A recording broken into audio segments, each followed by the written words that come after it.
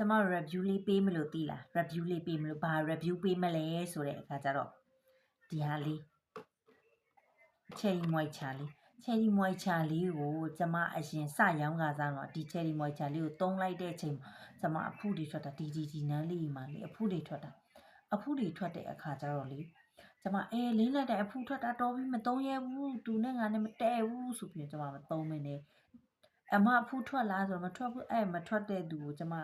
ပေးလိုက်တာကျမနည်းနည်းလေးတစ်ခါပဲသုံးရတယ်ပေးလိုက်တာ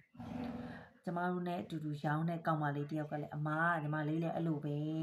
နော်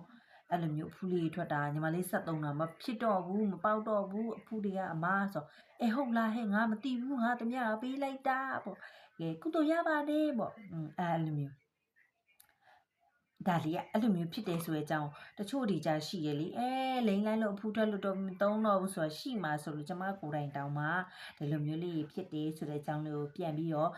မျှဝေပေးတာပါရှင်နောက်ပြီးတော့တစ်မျိုးရှိသေးရဲ့နော်နောက်ဆုံးမှာထွက်လိုက်တဲ့ HCR ထွက်တဲ့ sun cream လေးပေါ့နော်အဲ့ဒီ HCR ထွက်တဲ့ sun cream လေးကိုကျမအရန်စိုက်တော့ဘာလို့လဲဆိုတော့နော်တခြား sun cream တွေနဲ့လုံးဝမတူတဲ့အချက်ကနော်ဒီအသားရည်ပေါ်မှာတင်လိုက်တာနဲ့တင်ကိုအရန်ကောင်းတော့တင်လိုက်ပြီဆိုသူ့ရဲ့အသားလေးကိုကြည့်လိုက်တာနဲ့ခရင်သားလေးဆိုအမလီခရင်သားဆိုလို့ရှိရင်ကျမအတွေး